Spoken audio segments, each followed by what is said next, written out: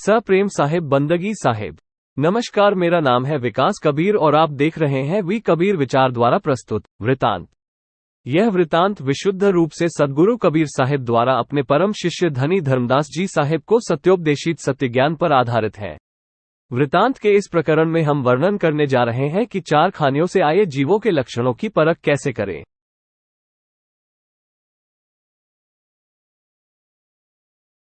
कबीर साहब धर्मदास जी से कहते हैं कि हे धर्मदास जी, चार खानियों के जीवों के गुणों को मैं तुम्हें समझाकर कहता हूं, जिसको तुम परख कर हृदयंगम कर लो। ये जीव चारों खानियां क्रमशः अज, उष्मज, पिंडज तथा स्थावर में भटकता है तथा भ्रमित होता है, तब जाकर सब योनियों को भुगतने के बाद में जीव मनुष्य तन धारण करता है। जिस खानी की योनि को छोड़कर जीव मनुष्य तन धारण करता है, उस योनि के गुण स्वभाव के अनुभव का बखान कर रहा हूं। किसमें अच्छी आदतें हैं तथा किसमें बुरी आदतें हैं, ये सब तुमको कहता हूं। अज खानी से मनुष्य देह में आए हुए जीव की परख कबीर साहब धर्मदास जी से कहते हैं कि पहले मैं अज खानी के जीवों के स्वभाव के संबंध में कहता हूं, जिनका एक एक करके उनके स्वभाव का विश्लेषण करता हूं। अज खानी से आए मानव आलसी व ज्यादा नींद निकालने वाले, साथ कामुक, भोगी, गुस्सैल व दरिद्र होते हैं। अज खानी से आए मनुष्य में चोरी करने की आदत व चंचल स्वभाव होता है, साथ ही धन कमाने की प्रबल इच्छा, तृष्णा होती है। अंजों से आए नर में दूसरे की चुगली करने व निंदा करने की आदत होती है तथा घर वालों व दूसरों को आपस में लड़ाने की आदत होती है, अतः वो घर बाहर को बर्बाद करता है। अज प्राणियों से आए मनुष्य में रोना, उछलना, गाना, बजाना तथा भूत प्रेतों की सेवा करने की मन में प्रवृत्ति होती है। अज जीवधारियों से आए मानव में जब कोई दूसरे को कुछ देता है तो उसकी जलने कुड़ने की आदत होती है। ऐसे मानव में बहसबाजी करने की आदत होती है और एक दो ही नहीं अपितु कोई के साथ वाद विवाद करने की प्रवृत्ति होती है तथा ज्ञान ध्यान उनके मन में आता ही नहीं। अज जंतुओं से आए मनुष्य में गुरु को व सद्गुरु को पहचानने की क्षमता नहीं होती और वेद पुराण उपनिषद आदि ग्रंथों से लगाव नहीं होता। ऐसे व्यक्ति के मन में संकल्प विकल्प बहुत होता है, कभी अपने आप को नीचा तथा कभी ऊंचा समझता है, परंतु ज्यादातर अहंकारवश अपने आप को बहुत बड़ा समझता हुआ सोचता है कि मेरे समान संसार में दूसरा नहीं है। अज खानी से आए मानव में गंदे रहने की आदत होती है, वस्त्र गंदे रखता है तथा शरीर को साफ नहीं करता, आंखों में कीचड़ तथा मुख में लार पड़ता रहता है। ऐसे मानव में जुआखोरी की प्रवृत्ति होता है और जुआ खेलने में मन ही मन प्रसन्न होता है, परंतु सद्गुरु चरण कमलों में ध्यान धरने से मुक्ति होती है। इस महत्वपूर्ण तथ्य को वह कतई नहीं समझता। पूरे दिन रात में एक बार भी गुरु को याद नहीं करता तथा ऐसे मनुष्य की पीठ टेढ़ी व पैर लंबे होते हैं। कबीर साहब कहते हैं कि हे धर्मदास जी, मैंने अज खानी से मनुष्य बनने वालों के स्वभाव को कहा है।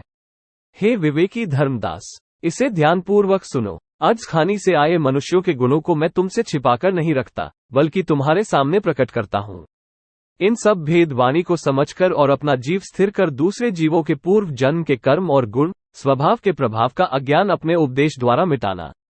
उष्मज खानी से मनुष्य देह में आए हुए जीव की परख कबीर साहब कहते हैं कि अब दूसरी खानी का वर्णन तुमसे कहता हूं, जो जीव उष्मज खानी से आता है और मानव तन प्राप्त करता है, उसका वर्णन सुनो। कबीर साहब धर्मदास जी से कहते हैं कि हे धर्मदास, अब उष्मज खानी से मनुष्य योनि में आने वाले जीव के लक्षण प्रकट करता हूं, जिन्हें सुनो। उष्मज खानी से मनुष्य योनि में आने वाले जीव में शिकारी जीव मारेगा और जीवों को मारने में उसे बड़ा आनंद आएगा।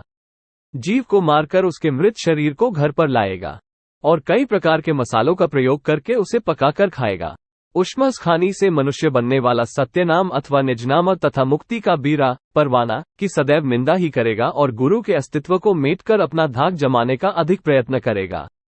उक्त योनि से बना मनुष्य सत्य शब्द तथा गुरुदेव की निंदा काट छांट करता रहेगा और जीवन मुक्ति देने वाले अथवा सत्यलोक का स्वरूप आनंदी चौका आरती तथा शीर्ष नारियल के रहस्य की भी निंदा करेगा।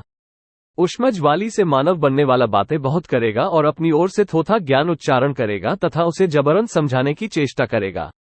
जनसभा में कपोल कल्पित मनगढ़ंत झूठी बातें कहेगा। उष्मज खानी के बाद मानव बनने वाले के जीवन में दया धर्म का नाम ही नहीं होगा तथा न ही उसके मन में दया धर्म करने की इच्छा होगी, और कोई दूसरा दया धर्म करेगा तो उसको हंसी आएगी। उष्मज खानी से छूटकर बनने वाला मनुष्य आडंबर करके दुनिया के लोगों को चक्कर में डालता रहेगा, माला पहनेगा, तिलक छाप लगाएगा तथा शरीर को चंदन लगाकर सुशोभित करेगा व मेला ठेला बाजार में चमकीले वस्त्र पहनकर फिरेगा। उसके हृदय में पाप कपट तथा दिखावे में दया और फिर भले ही यमराज का शिकार ही क्यों न हो। इतना सब कुछ जानते हुए भी मुख कुछ और हृदय कुछ और वाली वाणी को ही क्रियान्वित करता रहेगा। लंबे दांत व बदन, शरीर भयानक होगा, नेत्र पीले होंगे। यही उश्मच खानी से आए मनुष्यों के लक्षण होते हैं।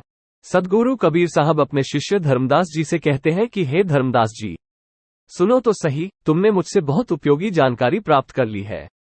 सद्गुरु के बिना तो किसी भी प्रकार के रहस्य की जानकारी नहीं मिलती। मैंने तुमको बहुत अच्छे तरीके से समझा दिया है। प्रसन्नता की बात तो यह है कि तुम मुझे अंकुरित जीव मिल गए।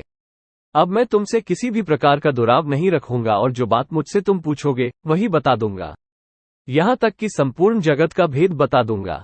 स्थावर खानी से मनुष्य शरीर में आए जीव की परख कबीर साहब धर्मदास जी से कहते हैं कि हे धर्मदास जी, अब मैं तुम्हें तीसरी खानी स्थावर से मनुष्य देह में आए जीव के स्वभाव का वर्णन कहूंगा। ऐसे मनुष्य की बुद्धि स्थिर न होकर क्षणिक होती है तथा बुद्धि अथवा मानसिक विचार शक्ति पलटते भी देरी नहीं लगती। शरीर में ढीला चोला जैसा वस्त्र तथा कमरबंद व सिर पर पगड़ी बांधता है। राजकाज में अग्रणी रहता है और परोपकार के कार्य करता है। उसे घोड़े की सवारी प्रिय होती है और तीर तलवार व कटार रखता है। स्थावर से आया मनुष्य इधर उधर दृष्टि डालता है और दूसरे की स्त्री पर गलत रखता है। रस से भरी मीठी वाणी बोलता है और वह वाणी कामदेव के बाण के समान हृदय में दृष्टि आकर लगती है। दूसरों के घरों को देखता है और रात्रि में पराये घरों में चोरी करता है और पकड़ा भी जाता है। इस प्रकार चोरी के कारण जगत में उसकी लोग हंसी उड़ाते हैं। वो बार बार निंदा का पात्र बनता है। उसे इस प्रकार की कुकृत्य में उसे लज्जा व संकोच भी नहीं आता। स्थावर से आया मानव कभी आराधना करता है, कभी परोपकार की सोचता है। कभी वह अपने आराध्य देव को ही भूल जाता है तथा उसी समय अपने आराध्य देव की बंदगी करने लग जाता है। कभी वह अपने धार्मिक ग्रंथों को पढ़ने लग जाता है, तो कभी वो सभी घरों में जाकर घूमता फिरता है। स्थावर खानी से आया मानव कभी शूरवीर बन जाता है, तो कभी काय बन जाता है। कभी कोई क्षण साहूकार बन जाता है, तो कभी एक पल में चोरी करने का भाव मन में आ जाता है। थोड़ी ही देर में पुण्य कर्म करने का भाव आ जाता है तथा कुछ ही समय बाद पाप कर्म करने लग जाता है। स्थावर योनि से छूटकर आने वाला मानव भोजन करते समय सिर खुजलाने लग जाता है तथा बाहों तथा जांघों को मलने अथवा रगड़ने लग जाता है और भोजन करके सो जाता है। अगर उसे नींद से कोई जगा देता है तो उसे मारने के लिए पीछे दौड़ता है। स्थावर खानी से आदमी बनने वाले की आंखें लाल रहती है और उसका भेद मैं कहां तक कहूं। कबीर साहब अपने शुभेच्छा सूरत वाले शिष्य धर्मदास जी से कहते हैं कि हे धर्मदास, स्थावर खानी से छूटकर मनुष्य बनने वाले की क्षणिक व अस्थिर बुद्धि होती है। क्षण में किसी कार्य को करके फिर उस योजना को भंग कर देता है। हे धर्मदास, यह मैं तुमको उचित बात कहता हूं। अगर सौभाग्य से सद्गुरु से भेंट हो जाए तो स्थावर खानी के स्वभाव को सद्गुरु ही के अनुशासन में रहने मेट सकते हैं और सद्गुरु के चरण कमलों में ध्यान धरते हुए सद्गुरु वाला हंस रूप भक्त सतलोक में निवास करता है। पिंडज खानी से मनुष्य शरीर में आए जीव की परख कबीर साहब अपने शिष्य अजर द्वीपवासी धर्मदास जी से कहते हैं कि हे धर्मदास, पिंडज खानी के गुण लक्षण कह रहा हूं, जिन्हें ध्यानपूर्वक सुनो। कबीर साहब अपने हंस सुजन धर्मदास जी से कहते हैं कि अब तुम्हें पिंडज खानी के लक्षण, गुण, अवगुण का सारा भेद सुना रहा हूं। पिंडज खानी से मनुष्य बना हुआ विषय वासनाओं से रहित वैरागी होता है और संसार तथा संसार के प्राणी एवं पदार्थों से उदासीन होकर एकदम मौन रहता है। अपना ध्यान सदैव सद्गुरु के चरणों में लगाए रहने की दशा को उन्मुनि ध्यान कहते हैं। अतः उन्मुनि ध्यान का पक्षधर होता है तथा पुण्य कर्म करता है और वेदों का परिशीलन करता है। धार्मिक स्थानों पर जाता रहता है, वह व्रत उपवास करता है तथा योग साधना समाधि में सत्य पुरुष का ध्यान करता है। अपने चित्त को शब्द सुरति योग में बांधकर सद्गुरु के चरण कमलों का ध्यान करता है।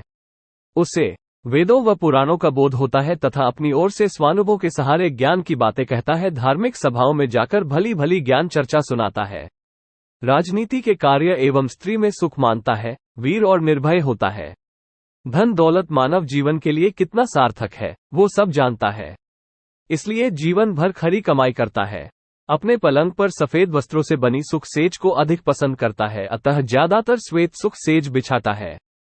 पिंडज खानी से छूटकर सीधा मनुष्य तन धारण करने वाला उत्तम तथा पौष्टिक भोजन को ज्यादा पसंद करता है, अतः उसे पवित्र भोजन ही अच्छा लगता है तथा लौंग, इलायची, पान बीड़ा खाता रहता है। धर्म कर्म में बहुत धन खर्च करता रहता है और उसे हृदय में सुध बुध बार बार शुभ कार्य के लिए आती रहती है।